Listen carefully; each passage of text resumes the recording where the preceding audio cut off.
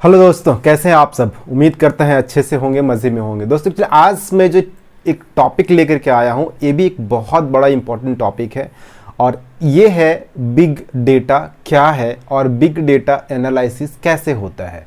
इसके बारे में हम लोग जानेंगे।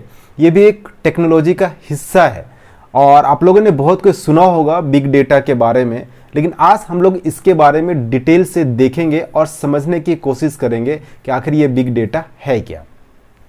तो चलिए दोस्तों, हम शुरू करते हैं इस वीडियो को। अगर आप लोग मुझे नहीं जानते हैं तो मैं बता दूं, मेरा नाम है सागर और आप सब देख रहे हैं बारक्राफ्ट इन्फोटेक यूट्यूब चैनल। तो दोस्तों चलिए वीडियो को शुरू करते हैं यहाँ से और बिग डेटा क्या है इसको जानने की कोशिश करते हैं। तो बिग डेटा जानने के पहले आपको समझना होगा डेटा क्या है। डेटा क्या है? जब कोई भी फाइल या कोई भी ऐसा चीज़ एक जगह जमा होता है, आपका कोई फाइल है वो कंप्यूटर के अंदर रख रहे हैं तो वो एक डेटा हो गया। कोई वीडियो रख रहे हैं, कोई फोटोज रख रहे हैं, कुछ भी चीज़ जो आप कंप्यूटर के अंदर रख रहे हैं वो हमारा एक डेटा हो गया। बिग डेटा क्या होता है? जब डेटा जमा करते करते करते करते एक समय बहुत बड़ा ह्यूज डेटा हो जाता है तो इसको कहते हैं हम लोग बिग डेटा। अब एक एग्जाम्पल से समझते हैं। आपको पता होगा जो यूट्यूब है जिसमें आप वीडियो को देख रहे हैं, आपको पता है कि हर दिन कितना वीडियो यूट्यूब में डलता है या कितने लोग हैं जो यूट्यूब में वीडियो डालते हैं। हम और आप जिस भी जगह से देख रहे हैं इसको पूरे दुनिया के लोग यूट्यूब को इस्तेमाल करते हैं और हर दिन करोड़ों वीडियो इसमें अपलोड होता है। अब सवाल पैदा होता है कि आखिर ये वीडियो रहता कहाँ है, और वीडियो जब रहता भी है तो आप लोग जब सर्च करते हैं तो किस तरीके से सर्च होके वो आपके सामने में आता है। तो आई थिंक आपको ह्यूज डेटा का मतलब समझ में आ गया।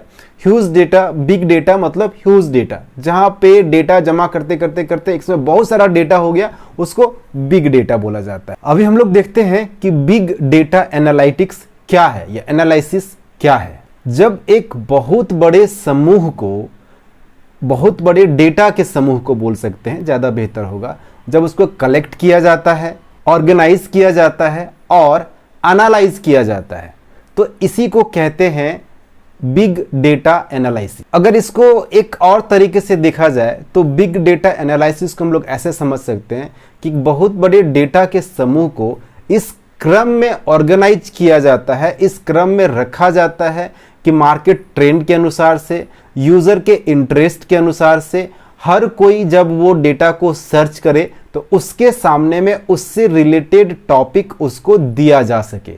इसी को कहते हैं बिग डेटा एनालिसिस। तो बिग डेटा एनालिसिस भी आपको समझ में आ गया।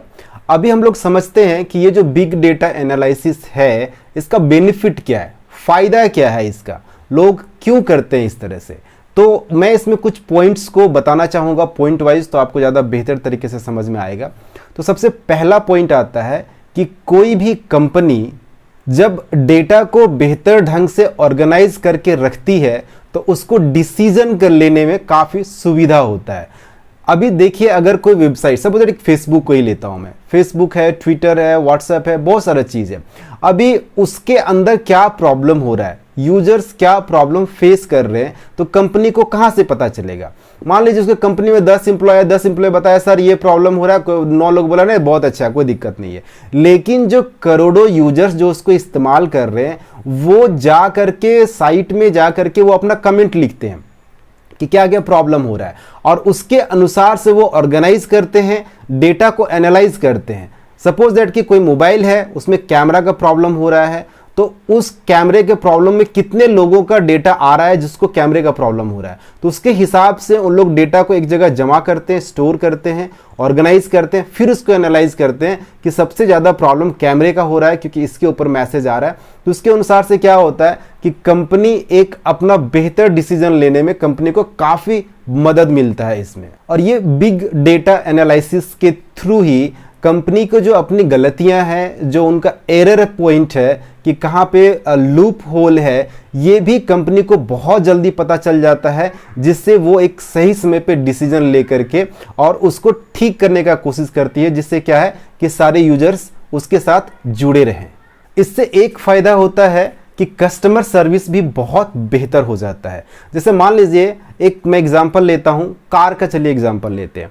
कार में एक सेंसर लगा होता है और वो सेंसर अगर आप गलत तरीके से गाड़ी ड्राइव कर रहे हैं या कुछ ऐसा एक्सीडेंट हो जाता है तो वो सेंसर क्या करता है, एक मैसेज देता है।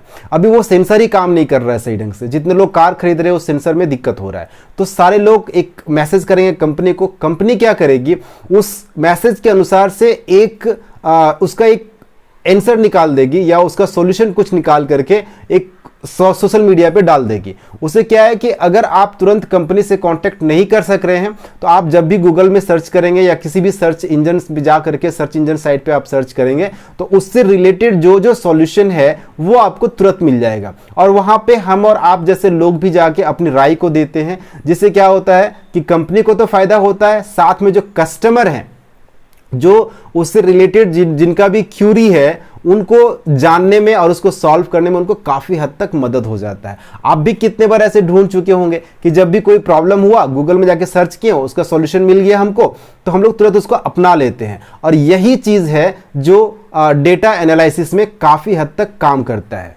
बिग डेटा एनालिसिस में बहुत हद तक क्या होता है, कॉस्ट का भी सेविंग्स होता है, जिसमें लोगों का खर्च भी बचता है, कंपनी का भी खर्च काफ़ी हद तक बचता है। क्योंकि बहुत सारे सॉल्यूशन क्या करते हैं वो लोग, जो सपोज दैट कि कॉल सेंटर्स है तो वहाँ पे एम्प्लॉय ज़्यादा है तो खर्च ज़्यादा आता है, और यही जब सोशल मीडिया के थ्रू आपको इन्फॉर्मेशन मिल जाता है तो कंपनी का कॉस्ट कम हो जाता है। इसमें समय भी बचता है। जैसे मैंने आपको पहले ही बताया कि अगर आप मान लीजिए आपको कुछ प्रॉब्लम है तो आप रिलेटेड उससे जा करके कंपनी से फोन करके, जो भी आप 2-3 दिन या कहीं 12-15 दिन सर्विस का टाइम लगता है उसको ना दे करके, अगर आपको थोड़ा बहुत भी आइडिया है तो आप सर्च करके सर्च इंजन पे उसका सॉल्यूशन ढूंढ सकते हैं आसानी से।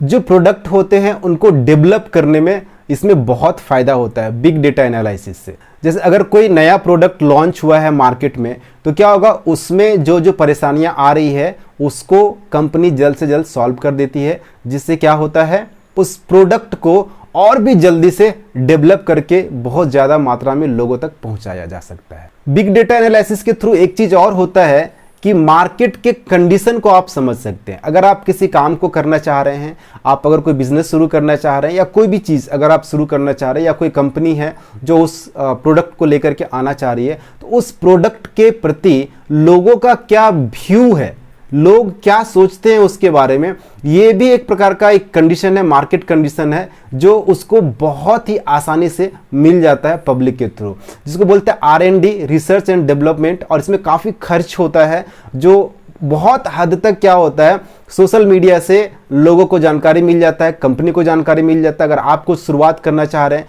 तो आप खुद भी सर्च कर सकते हैं कि मार्केट में इसका क्या डिमांड है, तो उसके अनुसार से आप भी अपने कामों को आसानी से कर सकते हैं। इसका अगर अगला बेनिफिट देखें तो क्या है, कंपनी जो है वो अपना रेपुटेशन को भी बचा सकती है। अब कैसे बचा सकती है, जैसे मान लीजिए कि अगर दूसरा कोई कंपनी है और वो जान रहा है कि इस कंपनी का ये प्रॉब्लम है, अब इस कंपनी को अगर पता ही ना चले कि ये मेरा प्रॉब्लम है और कोई एक कंपनी जान गया, तो इसके प्रॉब्लम को वो क्या कर सकता है, अपने में डेवलप करके दिखा सकता है कि उससे बेहतर मेरा ये चीज़ है, वो ये काम नहीं करता, मेरा में ये काम करता है। होता अभी भी वैसा ही है, लेकिन जो सामने वाली कंपनी है जिसको पता है कि ये प्रॉब्लम है, उसको तुरंत क्या होता है, डेटा के थ्रू, एक बिग डेटा एनालिसिस के थ्रू उसको पता चल जाता है और वो तुरंत उसको सॉल्व करने का कोशिश करता है, जिससे वो मार्केट में अच्छी तरह से सर्वाइव करते रहे। इसका आखिरी अगर फायदा देखें तो इसमें है कि फ्रॉड का पता भी बहुत जल्दी चलता है अगर बिग डेटा एनालिसिस होता है तो। अगर कोई फ्रॉड कर रहा है, आजकल तो आपको पता है कि जैसे ही कुछ गलत होता है, कहीं से भी कुछ फ्रॉड होता है तो तुरंत वो बहुत स्पीड से सोशल मीडिया पे फैलता है, जिससे लोगों को पता चल जाता है कि ओ अच्छा, इस टाइप से लोग फ्रॉड कर रहे हैं, इस टाइप से बच के रहना है। तो बिग डेटा एनालिसिस का ये एक बहुत बड़ा बेनिफिट है, जिससे लोग फ्रॉड होने से भी बच जाते हैं। अगर हम लोग बात करें कि ये जो बिग डेटा एनालिटिक्स कितने प्रकार के होते हैं, कितने प्रकार से इनका एनालिसिस किया जाता है, तो मैं आपको बता दूं कि एनालिसिस मेनली 4 तरीके से किए जाते हैं। पहला एनालिसिस जो होता है उसको बोलते हैं पर्सपेक्टिव एनालिसिस। दूसरा एनालिसिस जो होता है उसको बोलते हैं प्रिडिक्टिव एनालिसिस। और तीसरा एनालिसिस जो होता है इसको बोलते हैं डायग्नोस्टिक एनालिसिस। और चौथा जो होता है इसको बोलते हैं डिस्क्रिप्टिव एनालिसिस। या एनालिटिक्स, आप जो भी चाहे बोल सकते हैं इसको। तो सबसे पहले देखते हैं कि पर्सपेक्टिव एनालिसिस क्या होता है। पर्सपेक्टिव एनालिसिस जो है ये एक्चुअली बोला जाता है सबसे बेहतर एनालिटिक्स इसको माना जाता है। इसको बेहतर क्यों माना जाता है? क्योंकि क्या होता है इसमें कि जितने भी एनालिसिस होते हैं ना, उसमें से वो सॉर्ट आउट करते हैं, सॉर्ट आउट करके पर्सपेक्टिव के अनुसार से उसमें से एक सही सॉल्यूशन को ढूंढते हैं और उसको आपके सामने में रखते हैं, जिससे क्या होता है कि जो प्रॉब्लम है, जो लूप होल है, वहां पे लोगों को प्रॉब्लम न हो, सटीक जानकारी लोगों को मिल सके। अगर आसान भाषा में बोले तो आप जो भी कुछ सर्च कर रहे हैं उसका एक सटीक जानकारी, आपके सवाल का जवाब वहां पे आपको मिल सके। जवाब तो बहुत कुछ लिखते हैं लोग कमेंट में, लेकिन सही जानकारी क्या है ये पर्सपेक्टिव एनालिटिक्स के द्वारा पता चल पाता है। प्रिडिक्टिव एनालिटिक्स, प्रिडिक्टिव एनालिटिक्स या प्रिडिक्टिव एनालिसिस क्या है इसके बारे में थोड़ा सा जानते हैं, ये बड़ा मजेदार है। प्रिडिक्टिव मतलब क्या होता है ना कि किसी भी चीज के बारे में संभावना व्यक्त करना। मतलब अगर कोई प्रॉब्लम है तो क्या क्या चीजें हो सकती है जिससे इसको सॉल्व किया जा सके, मतलब उसमें एक संभावना व्यक्त किया जा सकता है। संभावना व्यक्त करने के भी एक डेटा होता है। जैसे आपने कुछ प्रॉब्लम बताया तो लोग बोलते हैं नहीं ये चीज करके देखिए शायद इससे ठीक हो जाए।